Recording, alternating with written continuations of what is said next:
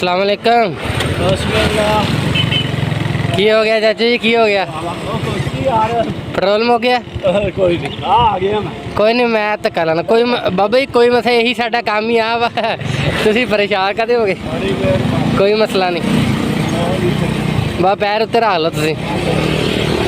बड़ी मेहरबानी यार। कोई मसला नहीं बाबा जी, कोई मसला।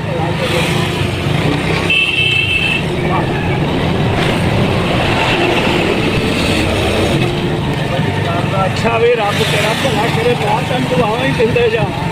बस ये आही दुआवां चाहिदियां हुंदियां, होर सानू कोई नहीं। ਹਾਂਜੀ।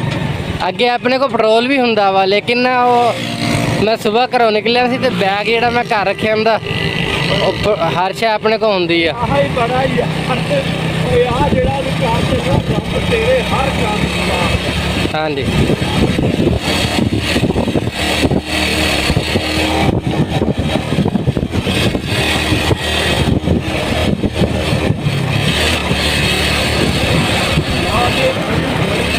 बाबा जी को पैसे का रौला तो नहीं, वो भी दे दीजिए।